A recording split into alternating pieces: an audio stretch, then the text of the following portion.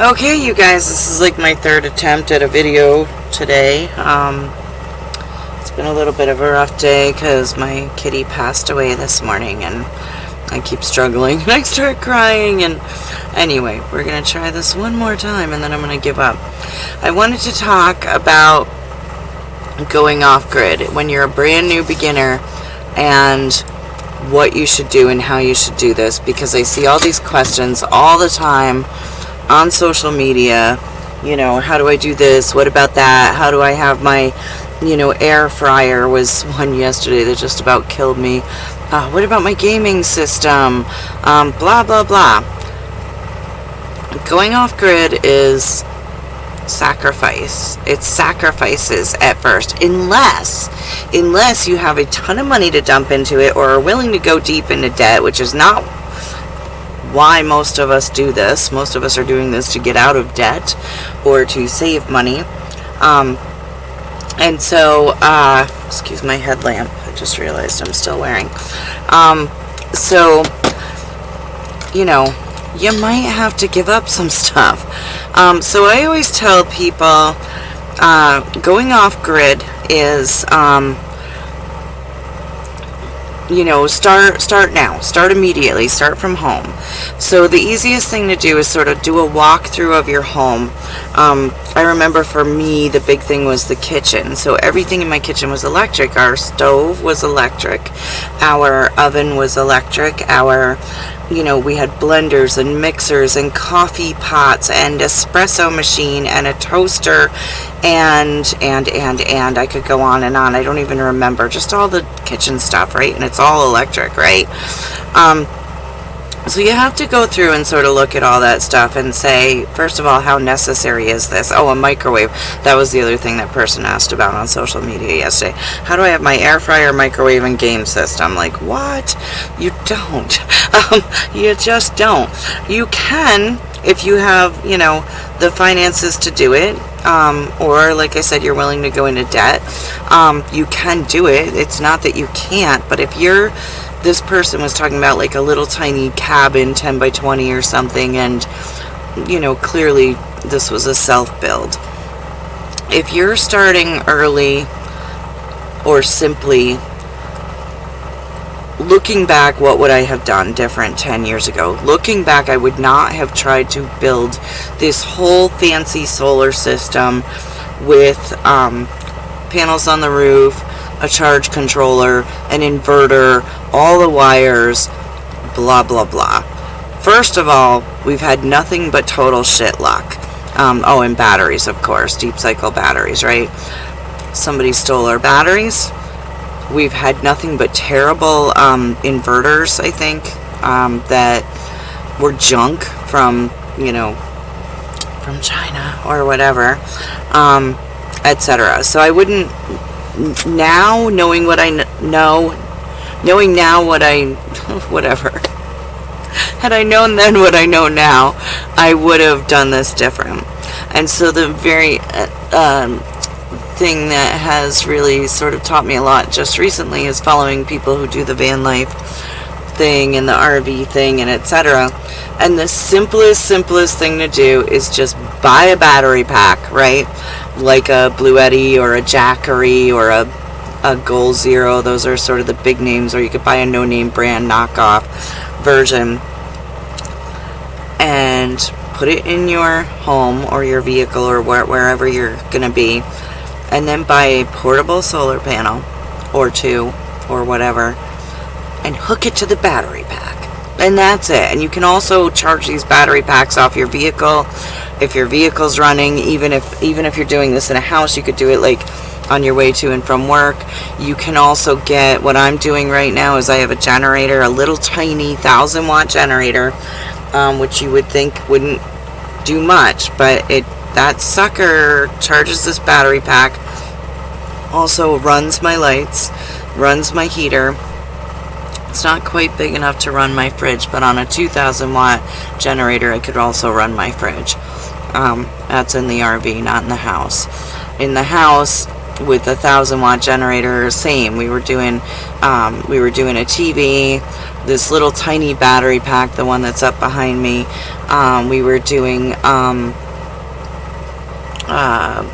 trying to remember everything now. We weren't running a heater because we had a wood stove and we had the buddy heater, the propane buddy heater, so we weren't running a heater. But I still was able to run my tablet, which is a Chromebook, by the way.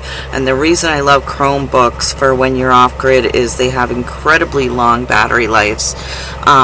They last forever. You charge the thing up and it could be good for a couple days. And I thought I would be really weirded out about not having a hard drive where I could store a bunch of stuff and whatever. And it's been totally fine to do everything on the cloud kind of thing. I'm fine with it. And so back to how you start. So what I did was I did a whole walkthrough of my house. If you have an alarm clock with a cord, get rid of it. Use your phone. You have an alarm on your phone. If you have a blender, and you must have a blender. If there's things you must have, there's always a substitute, okay? So for a blender, there's little portable ones that are battery operated for travelers. For a crock pot, there's propane powered crock pots that you could buy on like Camping World or something. There's always a substitute. Even for your lights, you could do propane lights, you could do battery lights, I do a lot of solar lights. I want to show you really quickly up above me. I'm going to collapse my whole little system here, but that's a solar light by BioLite. It's a whole system there's 4 lights and a radio, and even a USB charger for your phone if you want it. And it's one little tiny solar panel. I don't remember how many watts. And that thing, it does not work great in the north, in Vermont, in the winter. I've had it a few years now, but it does work great when there's more sun, like in the summer. It was invented for families like in Africa who have, they're way out in the bush and they have no access to electricity, and it's so they can have a little something and some lights and etc. And they probably have better sun year round than I have in central Vermont, northern Vermont. Anyway, so go through your house and figure that stuff out. So, we got rid of so much. The toaster is gone. For years, I just made toast in a frying pan, in a cast iron frying pan. Now, I do have a little camping toaster, not the ones you usually see that sort of stand the toast up, but this one sort of lays flat and it makes toast in seconds, or an English muffin or a bagel or whatever. I like it. I wish it was a little bit bigger is the only thing. I can't remember the name of it, but I'll find it for you guys at some point. I tell people, get rid of your vacuum and get a broom. Or in my case, I have a little, I think it's a Bissell pet hair eraser vacuum. And I just charge it up. And then I charge it up maybe once a week or so. And that's fine. I also still mostly use the broom, even on carpets. You can use a broom on carpets. You can get shakeable carpets or washable carpets. There's kinds now that you can just throw right in the washing machine. And what about a washing machine? Well, for a washing machine, for years we went without. And we went to the laundromat, and we still do sometimes, a lot of times, but we finally got a little washing machine called a Cuppet, which I saw on the Jake and Nicole videos, the Jake and Nicole YouTube videos where they're up in British Columbia living off grid. But anyway, we got this little tiny washing machine. It has a spin cycle. For a dryer, somebody asked today on one of those groups, what do I do about a dryer? Anything that produces heat is going to draw a ton of power. So a toaster oven, a microwave, an iron, a hair dryer, a curling iron, an electric stove, blah, blah, blah. A lot of people who do the van life thing do those little induction stoves, and they say that those are fine. And fine, if that's, again, if that's how you want to spend your power, basically, fine, do that. I don't want to do that. I have a gas stove. I have the cuppet washer and dryer. I do have a gas dryer in the house. There is such a thing. I have not hooked it up or used it yet. You have to sort of be willing to live off grid, whether it be in a stable stationary house or in a vehicle, whatever way you do it. You have to be willing, probably, unless you have unlimited money, to put in giant solar systems, or are willing to go deep into debt for many years to put in a giant solar system or wind system or hydro system. Whatever you do, you have to be willing to give some stuff up. No, we don't have a video game system. That's the girl who put that post. She said, I just have a few basics, like an air fryer, a microwave, and a video game, a gaming system. And I'm like, none of those are basic and none of those are necessary. However, is there a way, I'm not saying like you have to suffer to be off grid. For a microwave, use a pot on the stove, to heat almost anything up. You don't need a microwave. It's, in my opinion, a stupid thing. I only use a microwave at work just because that's all we have. And that's just to heat up my lunches if I bring leftovers or something. Otherwise, I feel like a microwave, I had one in my house for about 5 years before we went off grid, and I realized, like, I never used this thing. I used it occasionally to soften butter. That was it. Like, it was a pretty expensive and giant space-taking up butter softener. It's gone. You can do that another way. So, what are you willing to give those things up? Do you need a hairdryer? I have one girlfriend who was like, I could never live like you do because I need a hairdryer. Well, then this life is not for you. Do you need to have that game system? Or is there a way you could do it like on your laptop or on your Chromebook or whatever? And that's another thing that people don't realize.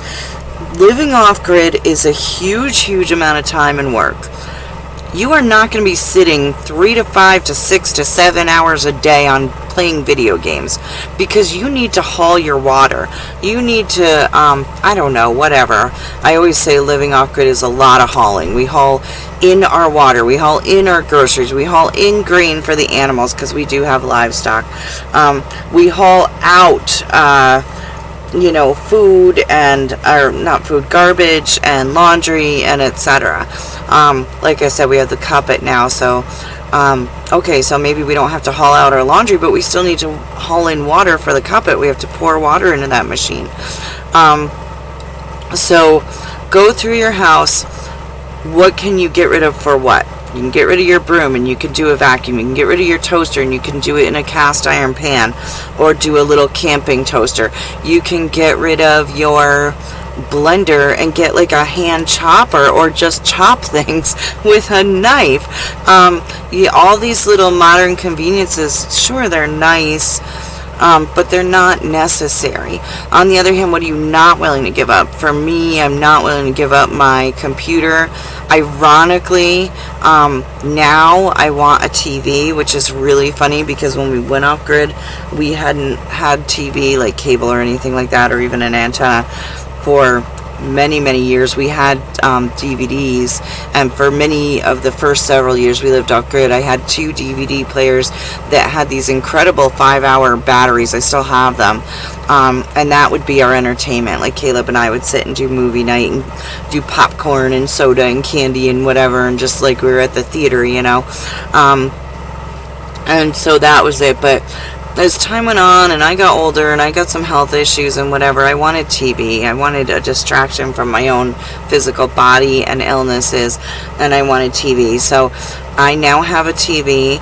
Modern TVs are pretty efficient and draw very little power from our system or our generator.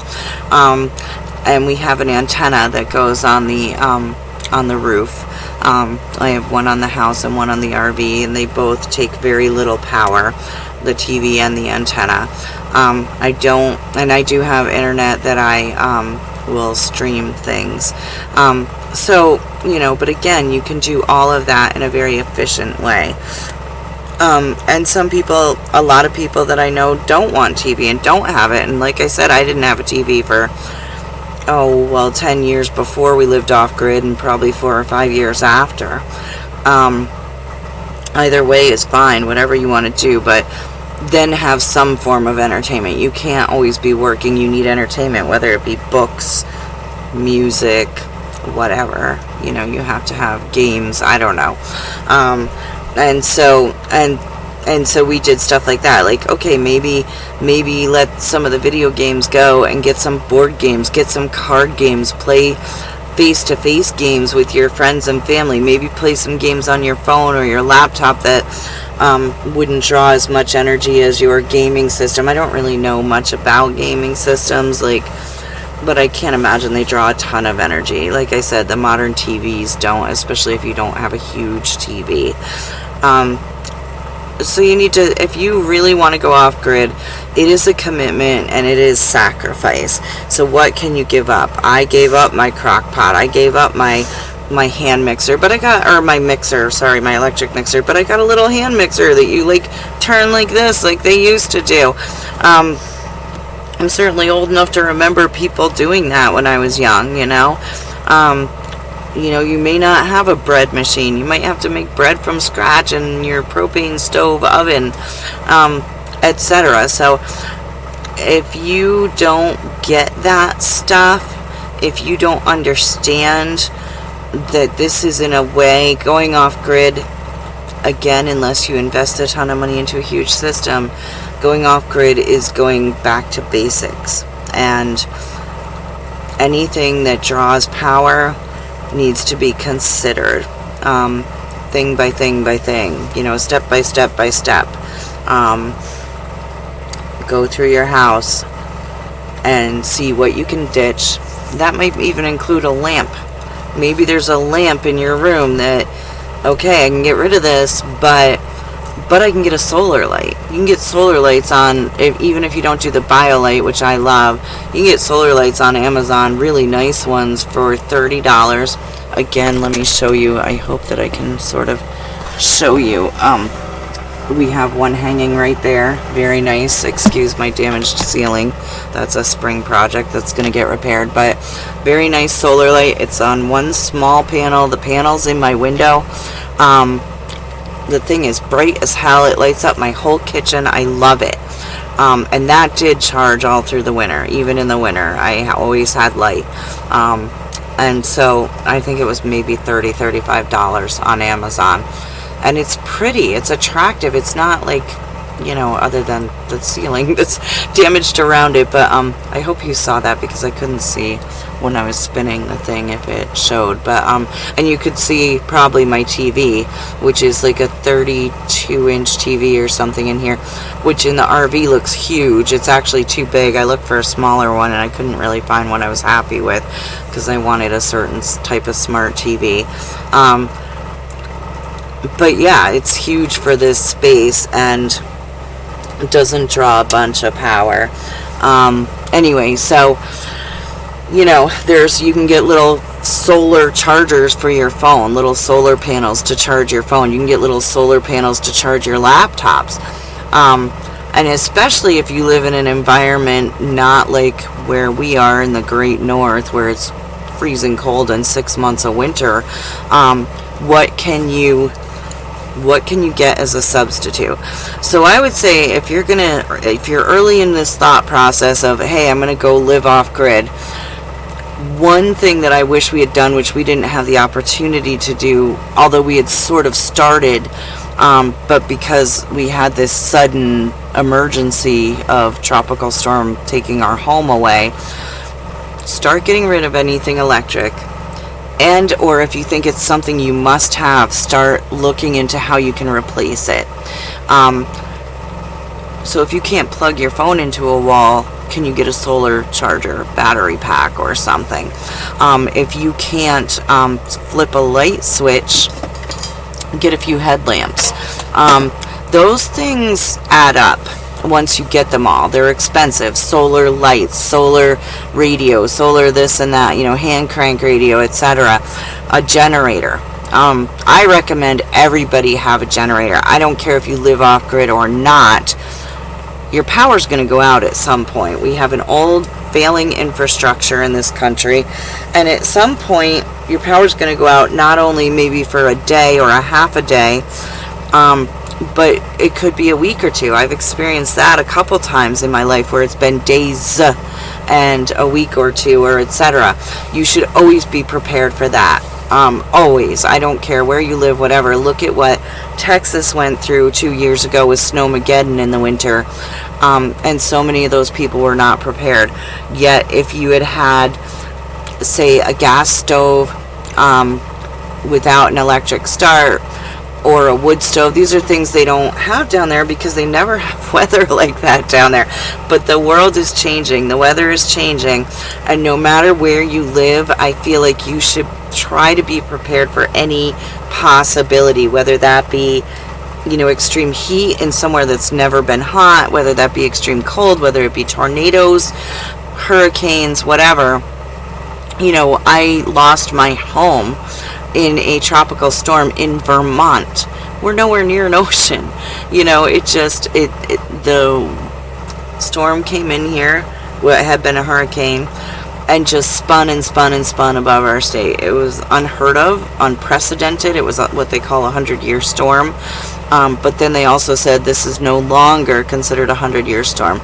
This will be now happening from now on. This is the future. These were the feds telling us this, so I'm going to listen and I'm going to believe them. Everybody from our senator to FEMA and Small Business Administration and stuff like that, they were all saying like plan for this. And that's part of why we another reason why we left and walked away from our home. We were living very close to a river, not so close it should have affected us, but it did. And so I moved uphill. I moved up on a mountain where I was going to be safer and away from water. I still have a stream or river here, but it's so far down the hill that it's never going to take my home, ever. I mean, it would have to be like a flood of biblical proportions for that to happen. So think about those things. Think about like extreme heat, because the weather is getting hotter in the summers and stuff. So again, where we moved, I have this stream down the hill, and that's called a heat sink. And so when down the hill from me, down the mountain, down the hill, you can tell like where I grew up in Bern, New York, we always said down the hill when we were talking about the city of like Altamont and Albany and whatever. But anyway, down the hill, it could be a 95-degree day, and up here it might be 80. And that's because, number one, I'm a higher elevation, I'm way up. Number two, I have this little heat sink of this little tiny hill from my house going downhill and this stream. And if you look up heat sinks and you look up ancient peoples and the way that they used to build things, like in India, they were very smart people, these Indians, and they would build these buildings sort of up on pillars.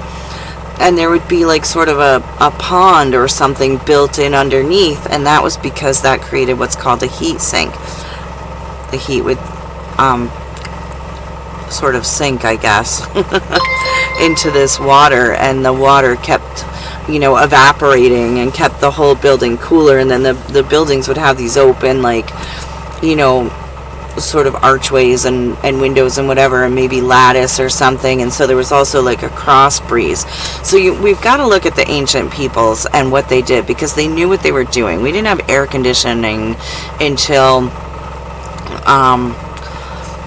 I don't even know, 100 years ago or something. I've researched it before, but look at things they did. They would do things like hang wet tapestries on walls. They would have a cross breeze. They would build in the shade, not, modern construction, even down south. It blows my freaking mind that they will go in and just like wipe out every tree and then build their house and their septic and whatever.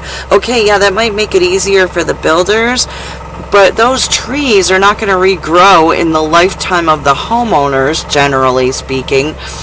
And those trees served a purpose, which is to provide shade and cool you, and a breeze, and also just clean the air and whatever. Like, don't do that.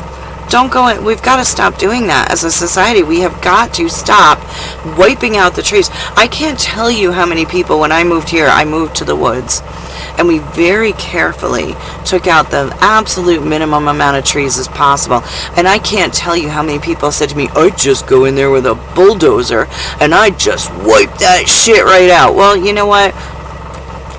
No, we're not doing that, because our trees protect us in the winter. They protect us from the north, from the cold blowing at us. In the summer, we have to the south deciduous trees. Those are trees with leaves that drop right in the fall, but in the summer those leaves come out and they totally shade the house.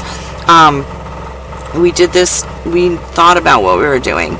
So in the fall, those leaves drop on those southern trees, and then the sun is hitting the house all winter long, and so helps keep the house warm. It would have been, oops, sorry, my power just went out. Yay, living off the grid, right? My generator went out. But the benefit of that is it will be quieter. So it is really difficult to decide, like, do I make a video and I have this noisy whatever in the background, or do I have lights going? So anyway, so the generator went off, and I decided I'm gonna just leave it off for a little bit, because I do still have the Blue Eddy running things, and then I'll probably leave it off for a few hours, a couple hours, and I'm using my headlamp that I just showed you for light now. So anyway, so yeah, look at the ways people used to do things. Even in the 1800s, I read, like, when they settled the West, they would do things like hang wet sheets and sleep on the porch. Hang wet sheets on the porch and then sleep out there for the breeze, and the breeze would hit the wet sheets. And I mean, just super clever stuff. But you know, in our day and age, we only know how to run from air-conditioned space to air-conditioned space. When I went down south, when my husband graduated from basic, like, that's how everybody lived. They would go from, like, a restaurant to a store to work to home, and it was just air conditioning, air conditioning, air conditioning. And they're not,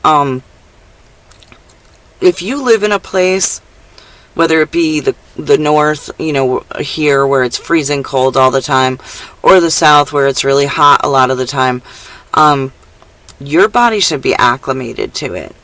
And so if you live in the north, you should not be running your heat at 70 or 80 degrees. If you're living in the south, you should not be running your AC at whatever, you know, I don't know what people run it at down there, 50, 60 degrees, something. You should be, even if you are using things like that, like heat and AC, whatever, you should still be trying to keep it closer to what it is outside. So if it's, let's say, 30 here, you really shouldn't be having your heat above 60, 65. I do a lot of times, but really, why?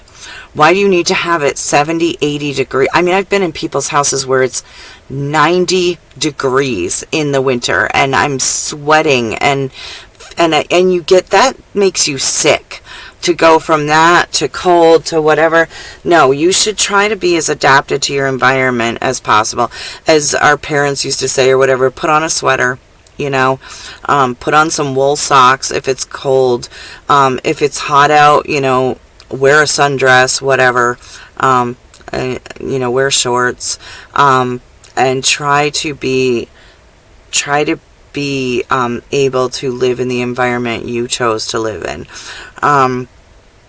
And it may become in the near future with climate change that some places on our planet may become totally uninhabitable, like the desert in the summer. You know, year after year, I just watch as, you know, we constantly break records of degrees, you know, up and down. And so it may be that some of these places are uninhabitable. So, I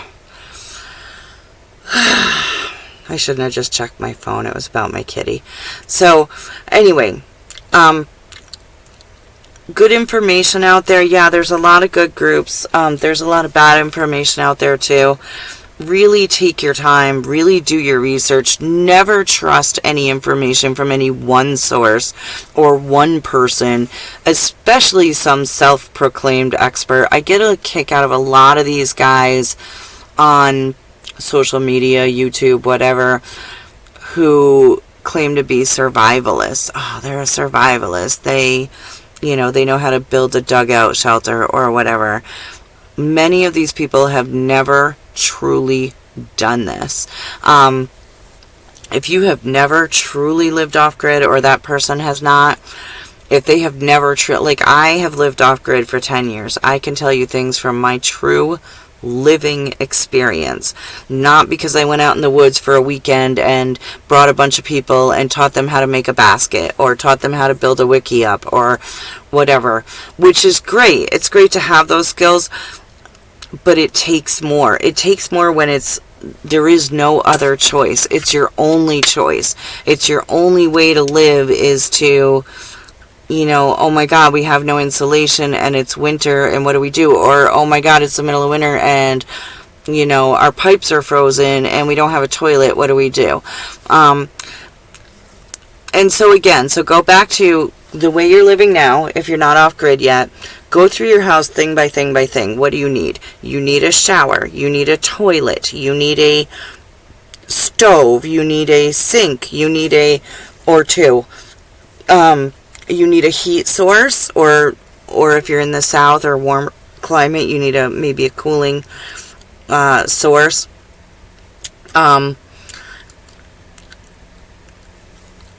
And how do you live? How do you live right now? If you're going off grid, you may not continue to live the way that you've always lived. So how do you live, and what do you need? And you need a bed and a place to sleep. You might need like a living area, and or a table and chairs to sit and eat at.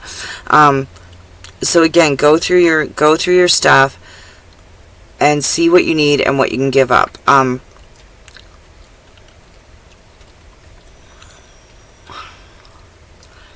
I want to talk a little bit about running water, but then that's opening a whole can of worms, so I'm not going to talk about it much. But we have a hand pump for our water.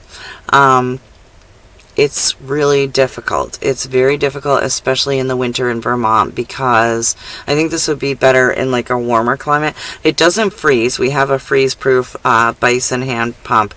It's that we live on this hilly property. It's that we have to shovel paths to get to the water in the spring. It's that hauling jugs of water down to the house is hard labor. A gallon of water is 8 pounds. If you do a 5-gallon jug, all of a sudden that's really freaking heavy. If you do 4 or 5-gallon jugs, that's really heavy. So we really, over the years, have figured out a lot of ways to do things with less water, with the minimal water, whether that be wiping up with baby wipes a couple times a week rather than constantly showering or bathing. Do that as a substitute in between your showers and your bathing, whatever. There's a million ways. Dry shampoo for your hair.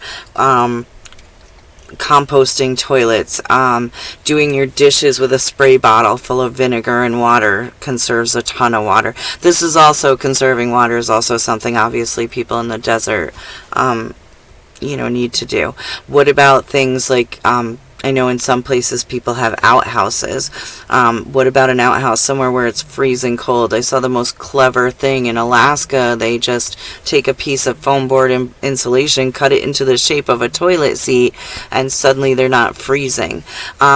So again, educate yourself. YouTube is super impressive with the level of how-to videos. Watch things like, how do people in the coldest town on earth, take a bath? They have a little steam house or whatever, so watch different things based on your environment. Research things like how the ancients used to do things. Things like refrigeration again. I'm in the middle of writing a whole book about that. Actually, I'm pretty much done writing the whole book, but there's a million ways to do things without a refrigerator. You can do canned food. You can do daily shopping trips. You can do pickling of things. You can do fermentation in other ways.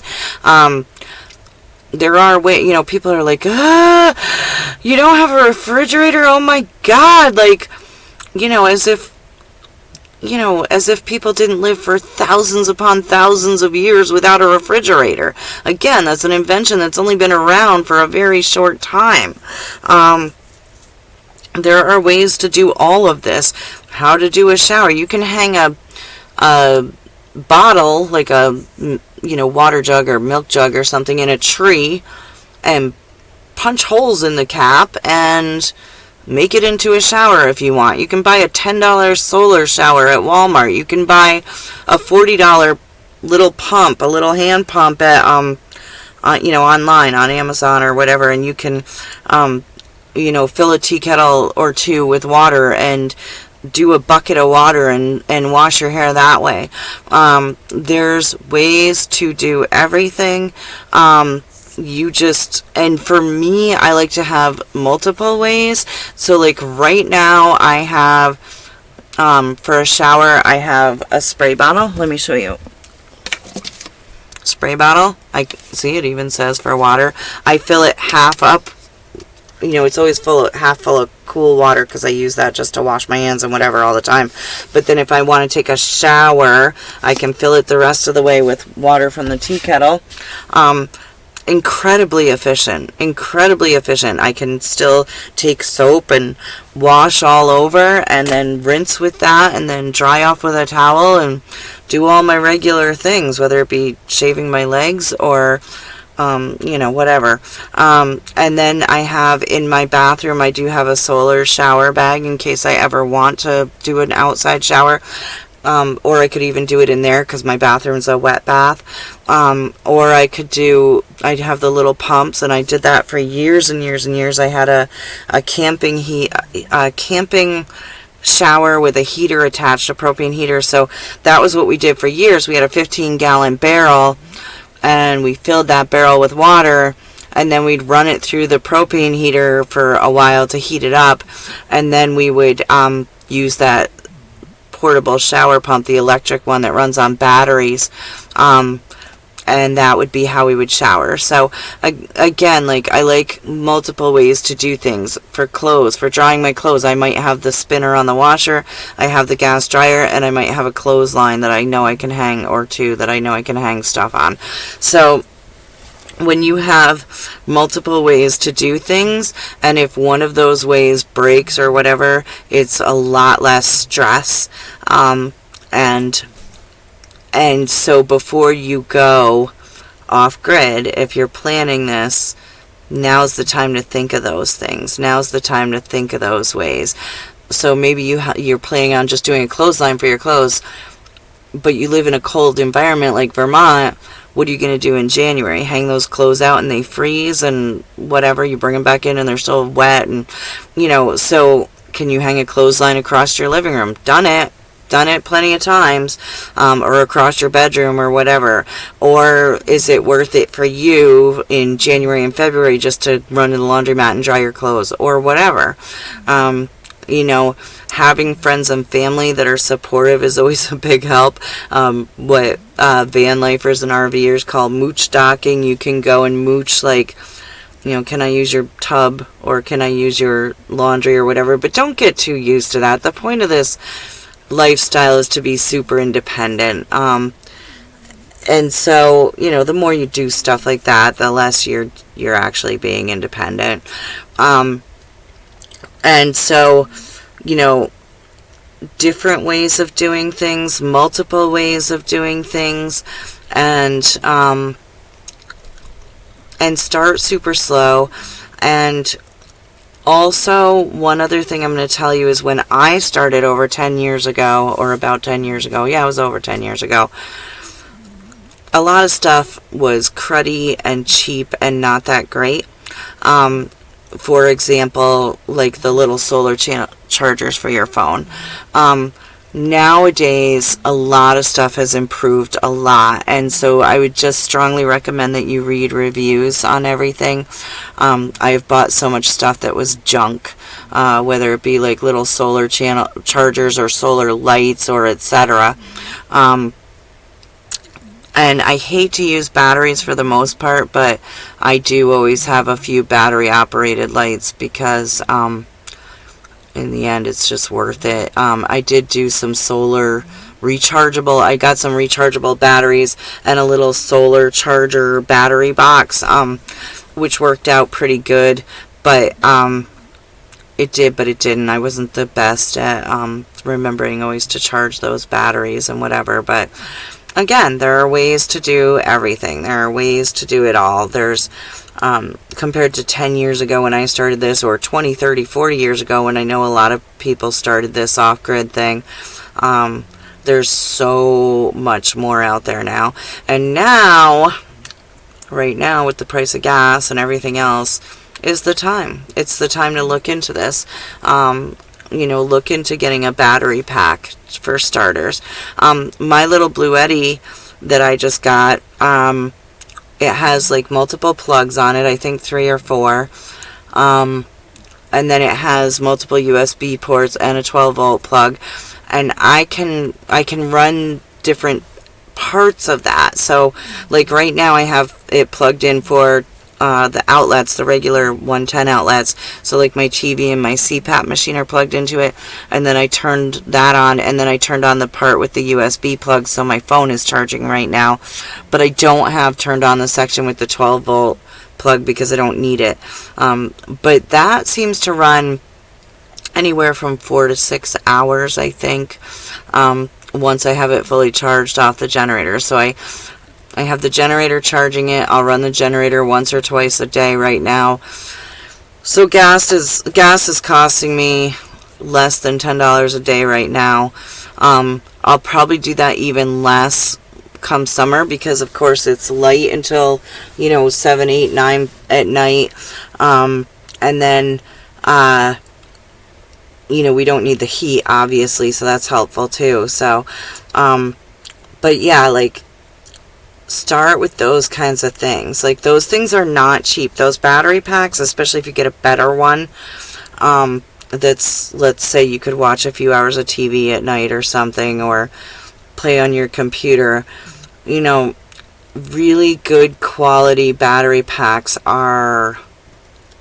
Now that's really interesting. As I'm talking about it, my TV is blipping out. I wonder if the Bluetti wasn't fully charged. But anyway, really good. So the battery pack I want is a Bluetti. It's called a Bluetti AC200 Max. And that's like $1,700. So I didn't have the money for that right now, so I got a much smaller version, which was like $500 for now. But again, once you're living in your off-grid life, are you going to have the money to drop on something like that, especially if you're paying rent or a mortgage and other bills, etc.? And so try to, if this is your plan to live off-grid in the near future, try to start buying these things you will need immediately. So maybe camping lanterns, maybe solar lights, maybe a solar powered or hand crank radio, like an emergency radio is what you're looking for. Maybe a really efficient TV if you watch TV, or think about trading in your super energy hogging laptop for like something like a tablet or a Chromebook. Not everybody can do that, of course, depending on what you do for work and everything else. You may not be able to. If you're doing something like graphic design or something, obviously you need your laptop. Think about your laundry. How are you going to do your laundry? Those little cuppet washers or similar types, I've seen a lot of them now, are like $100. Pick these things up now, because you don't want to be in a situation later where you need them. And then think about, like, how am I going to dry my clothes? How am I going to, whatever. The other thing that I want to say is that, again, just repeat myself, that it's it's really helpful to have backups of everything. So I don't always, but I try to have a backup generator, because if your generator breaks, it never fails that it's in the middle of January, in the middle of the night, and in between paychecks.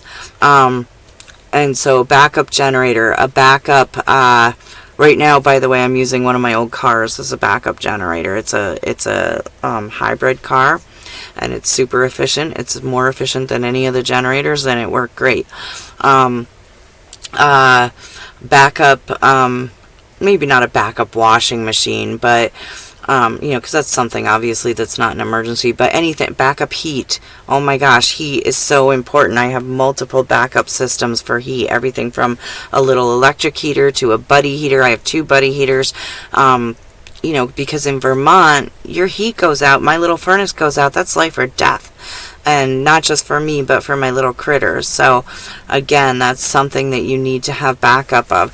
I have not only my lights in here, but I have solar lights. Is something I'm totally a freak about, but I have my solar lights, I have headlamps, I have flashlights. You can see them hanging up here. I have candles, and I have camping lanterns, the kind that they're battery operated, and they just sort of pull up and they turn on. So backups of everything. And that is living off grid, because living off grid is all about being self-reliant. And so when the power goes out, you can't call the power company. Or maybe you can't call an electrician or whatever. It's on you. It's on you to go out there and change that spark plug on that generator. It's on you to have that backup spark plug. It's on me to go out there and mix the gas for my generator every 5 gallons, 5 gallons of gas. And, I do so many ounces of 2-cycle oil, because that's how my generator is. There's different kinds of generators. There's different ones where you just do oil and gas separately. Mine happens to mix it. But it's on me. It's on me to go get the gas. It's on me to know that I need gas before I run out of gas. It's on me to pay for the gas right now. It's on me to do all of this. And so if you're not a person that is willing to, say, get up at 2 a.m.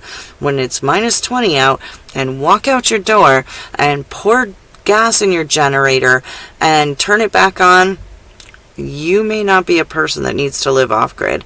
It is not as romantic as it looks.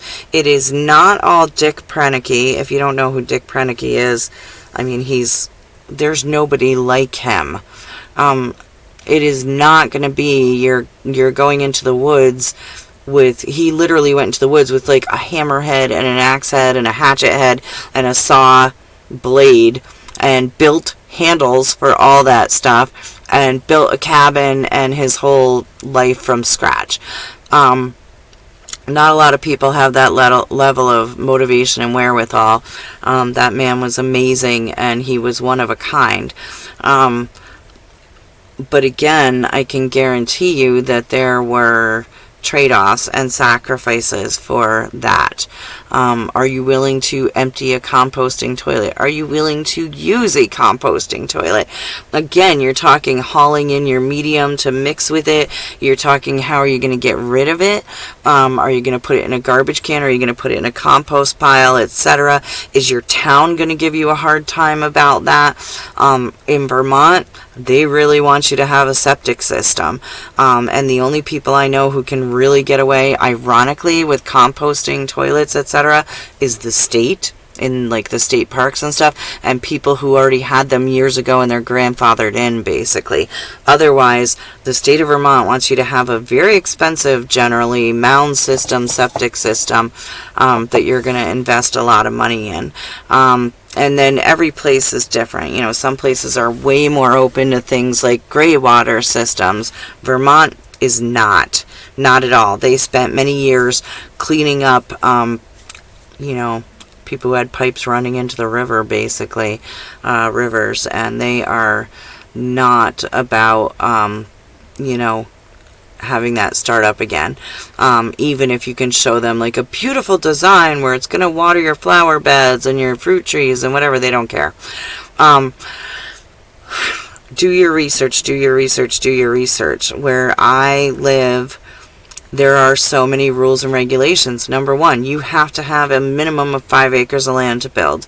You cannot have an acre and think that, oh yeah, I'm going to, have my little homestead and live off grid. And that's in much of Vermont. Number two, they are uptight freaks about septics. And like I said, I sort of understand, but also, like, because of that, I couldn't even build my house where I wanted it. I had to come down the hill about 2-3 acres, which really just destroyed me a lot. Why? Because the septic was on a slope. I would strongly recommend, if you are going to buy a piece of raw land, that you get it at least perk tested, and a septic design is an even better bonus, because those two things, at least you can put a house there. In Vermont, if you can't have a septic, you can't have a house. And that was my mistake in buying this piece of land, was that I didn't have that.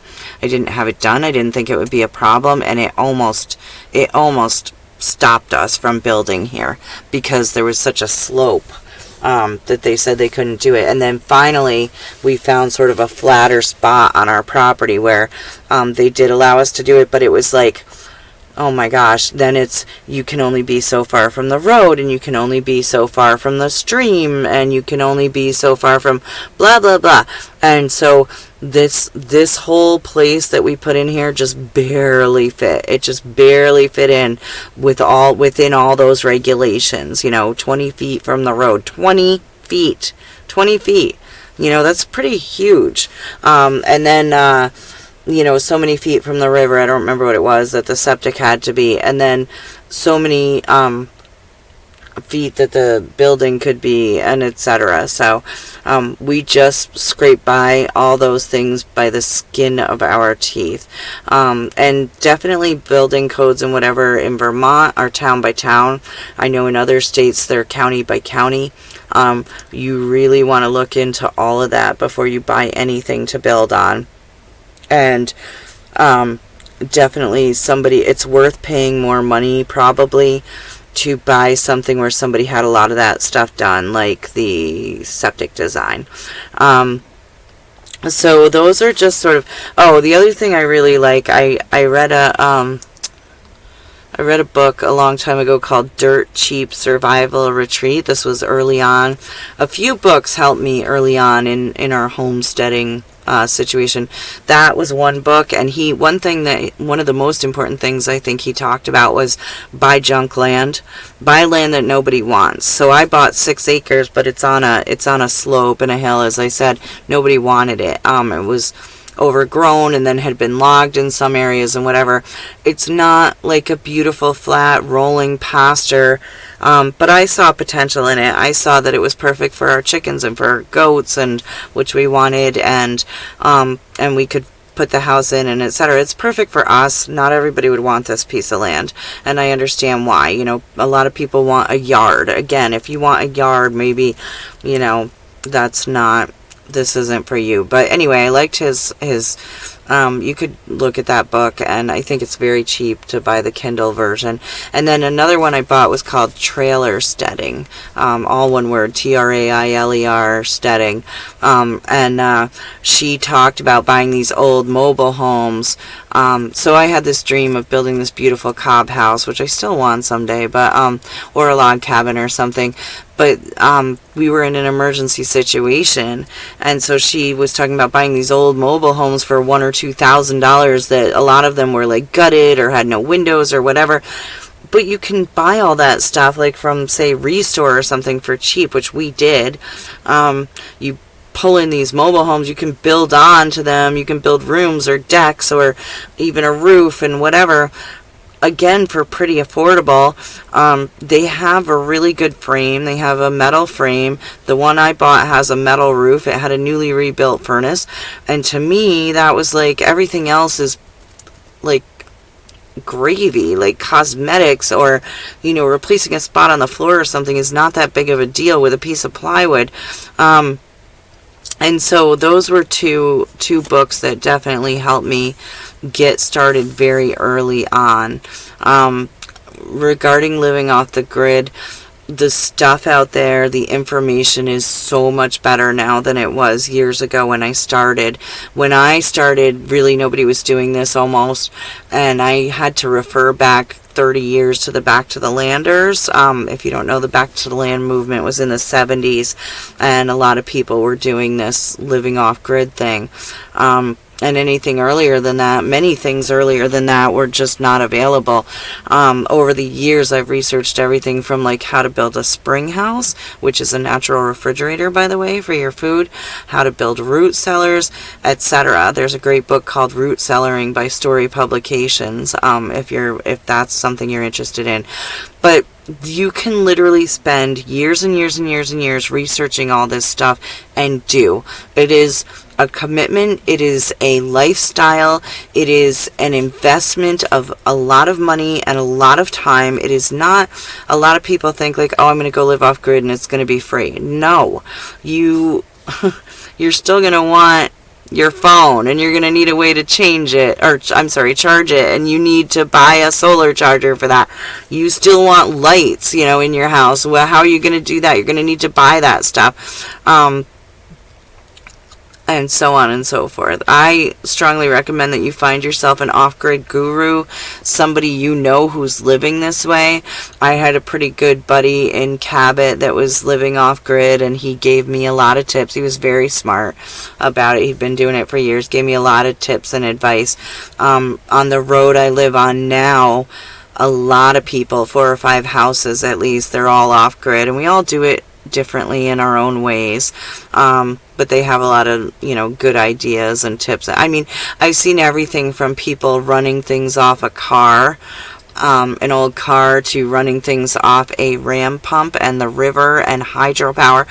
So find yourself a like-minded person or group of people to help you, and research. To get into this, I think you have to be a researcher. You have to love research, and you have to love learning, and be open to the fact that you might change things totally. When we first moved here, we bought 12 they were sort of used solar batteries, deep cycle batteries, from somebody who was just upgrading their system, and unfortunately they got stolen. And that really screwed us up and put us behind for years. And so, we had to adapt. And that was when we sort of switched to doing the generator thing. And now I just recently bought the battery pack. And I intend to buy another battery pack or 2 and replace, anyway, whatever. So you have to be adaptable. You have to be willing to learn. And you have to be willing to make sacrifices. And if you're not, then I feel like maybe this isn't the life for you, or you could do it in a different way. Like some people do solar panels on their roof, and then they, will sell their energy back to the power company, excess energy, and they don't have a battery system. For me, that wasn't okay, because the whole reason I want to do this is, when the power goes out, which by the way it has, in the 10 years I've lived here, the power has gone out on my road for several days or up to a week for all my neighbors that are on the grid, and they'll come by and they'll say to me, like, is the power on yet? And I'm like, I don't know, I have power every day, like I have a generator and I have solar panels and whatever, like. But if that's more, if you still just aren't willing to give up your like freezer and your dryer and your gaming system and your air fryer and your bread machine and whatever, maybe something like that is more for you, where okay, you're doing something a little more sustainable by having the solar panels, but you are still grid tied, and you can still have all the stuff. We were willing to give up a lot of the stuff. I don't feel like we need all the stuff. I don't need an air conditioner in the summer, because it's usually fine here. I can be cool enough. I can go sit by the river. I can sleep down by the river. It's cool enough here to be okay with fans most of the year. But maybe if you're living somewhere where you need an air conditioner, like the deep south, like Louisiana or something. I couldn't imagine living there without one. Maybe there's a different way you could look into doing this. Or you could have like a multi-step plan where, like, okay, at first we're gonna, stay grid tied but do solar panels and feed it back to the electric company. But sorry, I keep looking out the window. My chickens are out there and they keep like catching my eye. And I probably should go out and give them a little bit of grain soon. They do have a little bit, but they probably need a little more. Wow, I'm at like almost over an hour. I can't believe it. I could talk about living off grid forever. It's a passion of mine, and I love it. I also get very frustrated with it sometimes, because sometimes I'm like, why don't I just pay an electric bill and have things so much easier? And I went as far as consulting the local electric company recently and seeing what I could do to at least run maybe a water pump and some lights for the animals in the barn and stuff. But anyway, so I took a class when I first moved to Vermont called Voluntary Simplicity, and it was all about that. What can you give up, basically, for whatever? So one of the guys who came and taught the class one day was living on something like $5,000 a year. We're talking 2001, right? Because he just worked sort of part-time here and there as he wanted, but he gave up a lot. He gave up TV. He gave up, he heated his house with a wood stove, etc. So you've really, before you decide to do this, and just because it seems romantic or whatever, you've really got to do some deep soul searching. Am I willing to get up in the middle of the night and restart a generator? Am I willing to get up in the middle of the night and feed the wood stove? Those kinds of things. Or am I willing to dump a ton of money into this to do it another way? My neighbors have a wood stove called an all-nighter, and it goes for 8 hours, and they can fill that sucker when they go to bed at 10 or 11 at night, and it's still going in the morning. When they get up, they still have a nice bed of coals, and then they put more in it. And so those are the things to ask yourself. What hardships are you willing to endure? Because you probably will. And that hardship could be, okay, I'm gonna invest a ton of money, and I'm gonna take on the hardship of paying down that debt. Or that hardship could be, I'm gonna do this in a much more affordable way, but it'll be more physically difficult. So anyway, I'm always willing to answer any questions about living off grid. As I said, I love to discuss it. I have a group on Facebook called Down to Simple, and we discuss anything from herbs to tiny houses to living off grid. And please come join the group and visit us and hang out with us and post some things. I love to see other people's stories. All right, take care. Stay woke, folks, and I'll talk to you soon.